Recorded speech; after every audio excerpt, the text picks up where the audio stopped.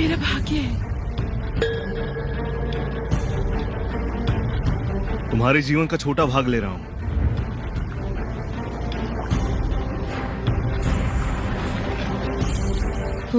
मेरी मंद बुद्धि शिष्य, भविष्य में सावधान रहना। मैं तुम्हें सुरक्षित रखूंगा।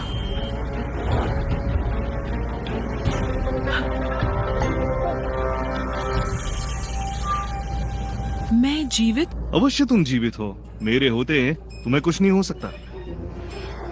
आप मेरी रक्षा करेंगे, जबकि हुआ तो इसका विपरीत है।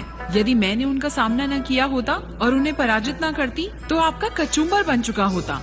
आभास होता है कि मैं अत्यंत भाग्यशाली हूँ। मेरी प्रतिभा असामान्य है। अपनी पूरी शक्ति समाप्त करने पर भी मुझे कुछ नहीं हुआ। मैं और शक्तिशाली बन गई। संभवतः यही मूल परिवर्तन है। तुम किस सोच में पड़ गई? मेरी बाजुएं अब दर्द होने लगी है। मैं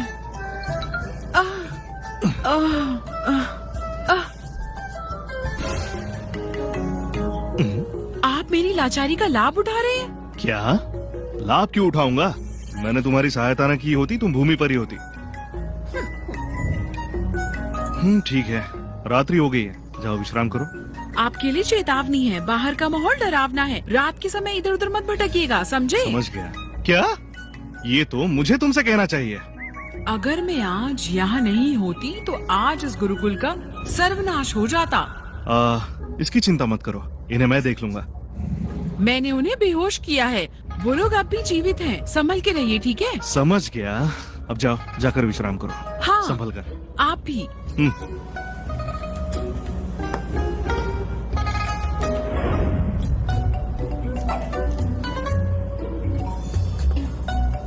इच्छाधारी, चींटी कहाँ है? गुरुकुल की रक्षा क्यों नहीं कर रही? वो महासागर के पास खेल रही है, कुछ देर तक वही रहेगी। रहने दो उसे, ठीक है। मैंने तुम्हारी सहायता ली है तो उन चारों पर तुम्हारा अधिकार है। धन्यवाद आचार्य। रुको, तुम उन्हें अभी खा नहीं सकते। आज सभा में कोई मेरे सामने बड़ी डींगे मार रहा था, मुझे उन्हें सबक सिखाना। प्रणाम महाराज, हमने पता लगा लिया है। चिंता मत, गुरुकुल की नदी में खराबी है। केविन कभी नहीं सुधर सकता है। वो तो अपने गुरुकुल की भी रक्षा करने योग्य नहीं है। सही कहा। यदि वो अपने गुरुकुल की रक्षा नहीं कर सकते तो उन्हें आचार्य पद से हट जाना चाहिए। महाराज, नदियाँ हमारे साम्राज्य की सुरक्षा के लिए महत्वपूर्ण है। यदि हमने जल्द ही उसे ठीक नहीं किया और शत्रुओं को इसका आभास हो गया तो वो अवश्य हमारे साम्राज्य में घुसपैठ करेंगे। सेनापति क्रिस, तुम अपने शिष्यों को चिंतामुक्त गुरुकुल की रक्षा करने को कह दो। कोई भीतर नहीं आना चाहिए। कल वहाँ की नदी को ठीक कर देना। महाराज, मेरे शिष्य अभी अभी प्राण युद्ध में पराजित हुए। मैंने अपने सभी शिष्यों को कड़े अभ्यास के लिए लौट आने को कहा है। उन्हें आने में समय लगेगा। महाराज, हम शिकारी गुरुकुल के लोग जाएंगे। ठीक है, अब सब तुम पर निर्भर है। समझ गए आचार्य केविन। हमारा गुरुकुल तुम्हारे गुरुकुल की रक्षा मुफ्त में नहीं करेगा।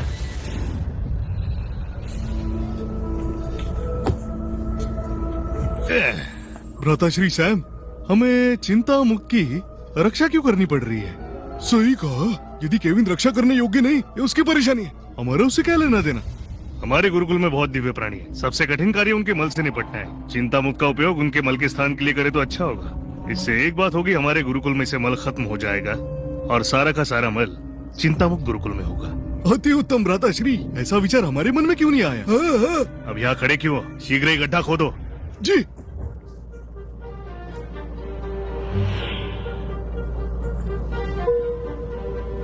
अरे नहीं।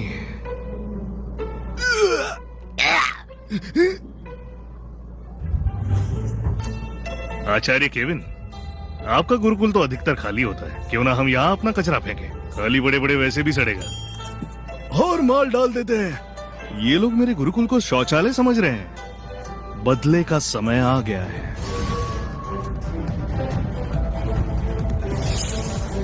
जाने दो, मैं इन्हें भेंट दूंगा। धन्यवाद मत। अरे इसे बंद किसने किया? हम तो इसमें मल फेंक रहे थे। तुम सब लोग जाओ और उसे खोल दो। जी।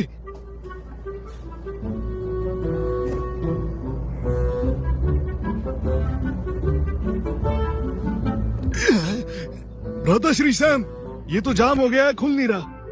हटो, मैं खोलता हूँ।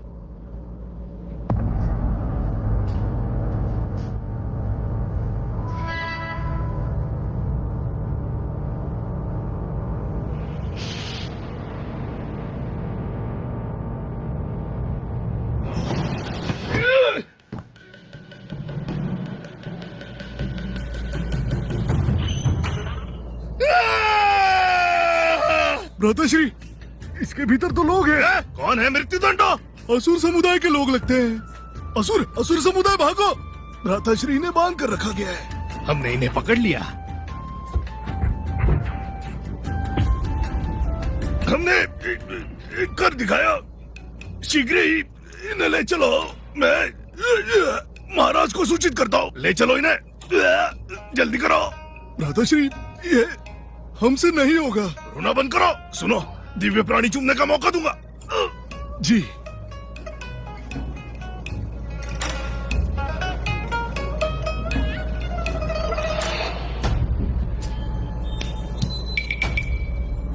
ये दुर्गंध कैसी है? बुरी दुर्गंध है। प्रणाम महाराज। असुर समुदाय के लोग हैं साम्राज्य में घुसपैठ की मल चुराने के लिए। इनसे घंटों तक युद्ध किया और 3000 मुक्कों में मैंने इन्हें ढेर कर दिया। उसके बाद मैंने इन्हें पकड़ लिया। मल चोरी करने आए? तुम्हारा मतलब कि ये हमारे साम्राज्य में केवल मल चुराने आए थे? ये कैसी बेतुकी बात है? महाराज, मैंने इन्हें एक गड्ढे में देखा जहाँ मल था। इनके इरादे ठीक नहीं लगे। मैंने इन लोगों से युद्ध किया, 3000 मुक्के मारे और इन्हें पराजित किया। ये असुर समुदाय के लोग इतनी गहराई में छुपे थे जहाँ हमारा सारा का सारा मल जाता है। महाराज, इनसे पूछताछ करेंगे। नहीं, महाराज को इनसे बात करने से रोकना होगा, अन्यथा मेरा भेद खुल जाएगा। महाराज, ये चारों अधिक शक्तिशाली हैं। आप मुझे ये अवसर दे दीजिए। कुछ ही समय में मैं उन्हें सत्य कहने के लिए मजबूर कर दूंगा। राजदूत, सेनापति के साथ मिलकर इन चारों से पूछताछ करो। जो आज्ञा। सैम, तुमने बहुत अच्छा काम किया है। जाओ, जाकर नहा लो, फिर दिव्य राजदूत से अपना पुरस्कार ले लेना। धन्यवाद महाराज। महाराज, कुछ गड़बड़ है। वो चारों व्यक्ति, मैंने चुपके से उनकी आभा की जांच की।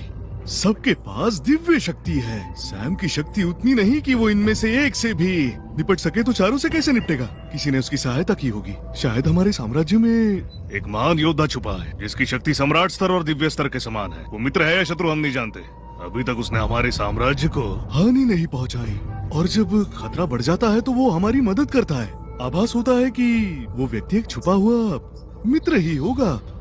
अब तक हमने जो देखा उन सभी चीजों से तो ऐसा ही लग रहा है।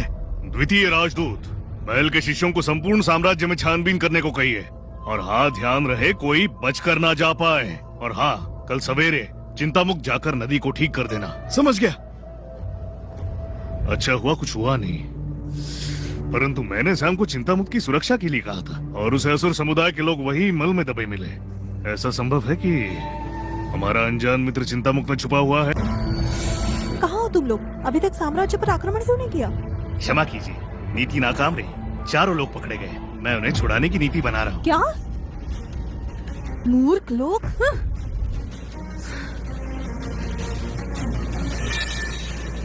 परंतु तुम कौन हो? मैं असुर समुदाय का दूत हूँ। ठीक है, मॉर्गन को संदेश दो। उसे कल ही साम्राज्य पर आक्रमण करने को कहो और चिंतामुक्त का अधिकरण करने को कहो। अवश्य। अभी केवल साम्राज्य पर दबाव बनाया जा सकता है। टसा, आज की रात तुम्हारे जीवन की अंतिम रात है। असुर, अनर्थ हो गया। असुर समुदाय यहाँ आ गए हैं।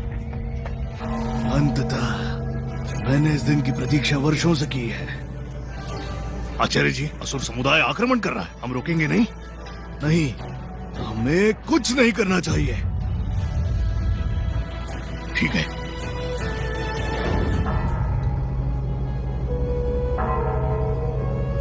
ये क्या? ये आवाजें कैसी हैं और कहाँ से आ रही हैं? जाओ देख लो तो पता चल जाएगा। सही कहा। आज तुम्हारी मृत्यु निश्चित है। मॉर्गन, असुर समुदाय के लोगों ने हमारे साम्राज्य को ललकारा है। ये युद्ध का डर नहीं है क्या? मैं यहाँ तुम्हारे समस्त साम्राज्य को चुनौती देने आया हूँ। चुनौती? कैसी चुनौती? अब यहाँ युद्ध होगा। यदि तुम विजयी हुए तो मैं तुम्हें लाखों स्वर्णिम सिक्के दूंगा। 10,000 कड़े दूंगा। यदि हम विजयी हुए तो हम तुम लोगों से चिंता मुक्त गुरुकुल ले लेंगे। यदि हमने चुनौती स्वीकार नहीं की तो अवश्य युद्ध होगा, युद्ध निश्चित है। एक बात बताओ, हमें तुमसे किस प्रकार का भय? महाराज, हमारा साम्राज्य पहले निडर था, परंतु अब हमारे साम्राज्य में केवल 4 शक्तिशाली गुरुकुल हैं। चिंता मुक्त शक्तिहीन है। यदि युद्ध हुआ तो परिस्थिति हमारे लिए हानिकारक हो जाएगी। हाँ महाराज, हमें युद्ध नहीं करना चाहिए। परंतु मैं चिंता मुक्त को दांव पर कैसे लगाऊं?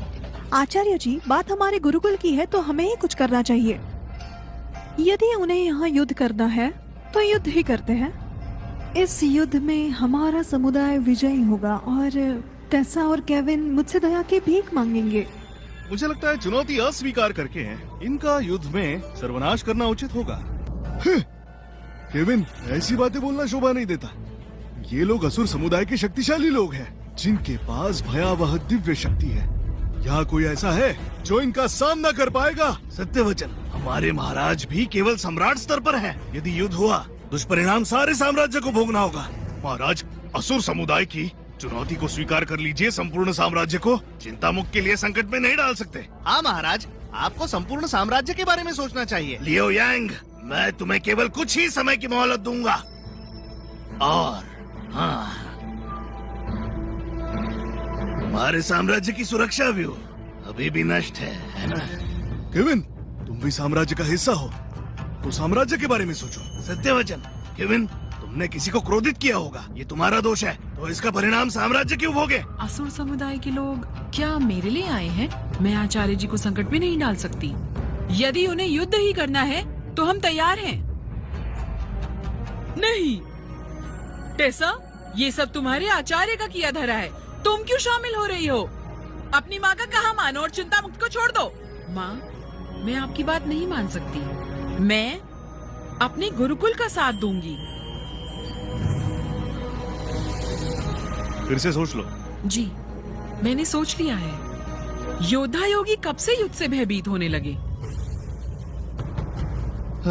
तो ठीक है, जब तुम दोनों को ही चुनौती स्वीकार है, हम युद्ध करेंगे। महाराज, चुनौती स्वीकार करें।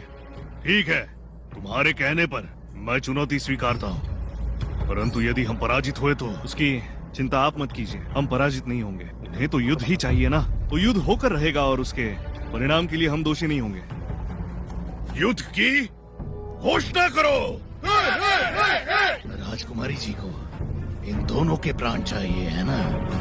वो तो उनके पास ही खड़ी है, फिर सीधे सीधे उन्हें मृत्यु के घाट क्यों नहीं उतार देती? साम्राज्य पर दबाव डालने का तामझाम क्यों करना? संभवतः जादूगरनी जी को उन्हें सताने का मन होगा। शिष्य, विजयी भवा। यदि थक जाओ तो कहना। अवश्य। वहाँ बैठ के चाय पी रहे हैं बेकार व्यक्ति। मुझे आत्मनिर्भर होना होगा। चिंता ना कीजिए आचार्य जी, हम अवश्य विजयी होंगे और तुम्हें तड़पाएंगे। किसने सोचा था कि तुम आचार्य जी की द्वितीय शिष्या होगी? प्रणाम प्रथम शिष्या।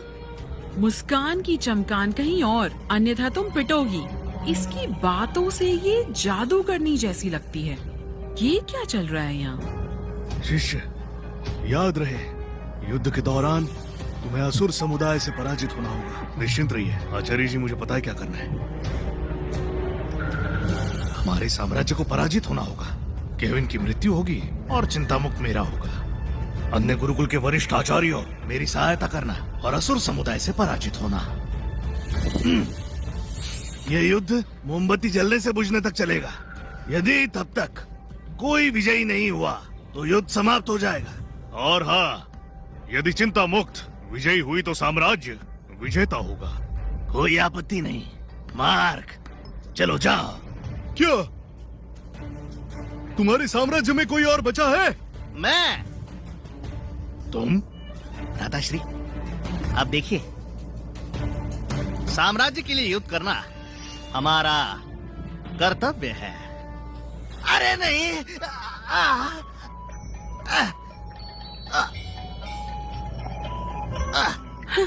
मैं घायल हो गया, युद्ध नहीं कर सकता।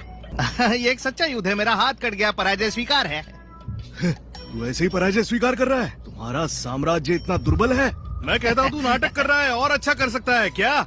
मुझे लगता है तुम जानबूझकर हारे। बकवास बात, मैं इतना नाजुक हूँ, मुझसे और चोटें नहीं सही जाती। लज्जास्पद, पीछे हटो। अरे छोटे शिष्य, तूने साम्राज्य के लिए युद्ध किया, साम्राज्य के लिए चोट खाई। मैं निश्चित करूंगा तुझे बाद में पुरस्कार मिले। हाँ, साम्राज्य के लिए युद्ध करना एक गौरव है, ये गौरवशाली घाव है। ठीक है, अब बस चुप रहे। साम्राज्य से कोई और मुझे चुनौती देगा? मैं तैयार हूँ। जाओ शक्तिशाली आत्मिक पशु, मेरे प्रहारी कुत्ते, जाओ जाओ जाओ जाओ जाओ जाओ जाओ जाओ। महाराज, ऐसा नहीं कि मैं युद्ध नहीं करना चाहता और बलिदान नहीं देना चाहता, लेकिन मेरा सबसे शक्तिशाली आत्मिक पशु प्रहारी कुत्ता, इसमें युद्ध शक्ति नहीं है। ये आत्मिक पशु है क्या? ये बस एक छोटा काला कुत्ता नहीं है? आपको क्या ज्ञान, मैंने इसका ध्यान से पालन किया। ये प्रहारी कुत्ता सबसे शक्तिशाली है, ये तो बस कुत्ता दिखाई देता है। ठीक है, पीछे हटो। सुनो सम्राट लियो यांग, साम्राज्य में कोई शिष्य बचा है? हाँ। दिव्य आत्मा गुरुकुल और चिंतामुक्त गुरुकुल ज्यादा संपर्क नहीं करते हैं, फिर भी वो इच्छुक है हमारे चिंतामुक्त गुरुकुल के लिए युद्ध करने को। चलो देखे दिव्य आत्मा गुरुकुल के शिष्य को। जाओ, असुर को पराजित करो। अपनी चाल चलो। रुको नहीं, आज द्वंद्व युद्ध के लिए मौसम अनुकूल नहीं है। मैं पराजय स्वीकारता हूँ। क्या ये नहीं हो सकता? लड़ने क्यों गए थे जब पराजय ही स्वीकार करना था? मैं उतावला मत हो, उतावला मत हो। साम्राज्य के लिए युद्ध करना हमारा कर्तव्य है, हमें जाना चाहिए।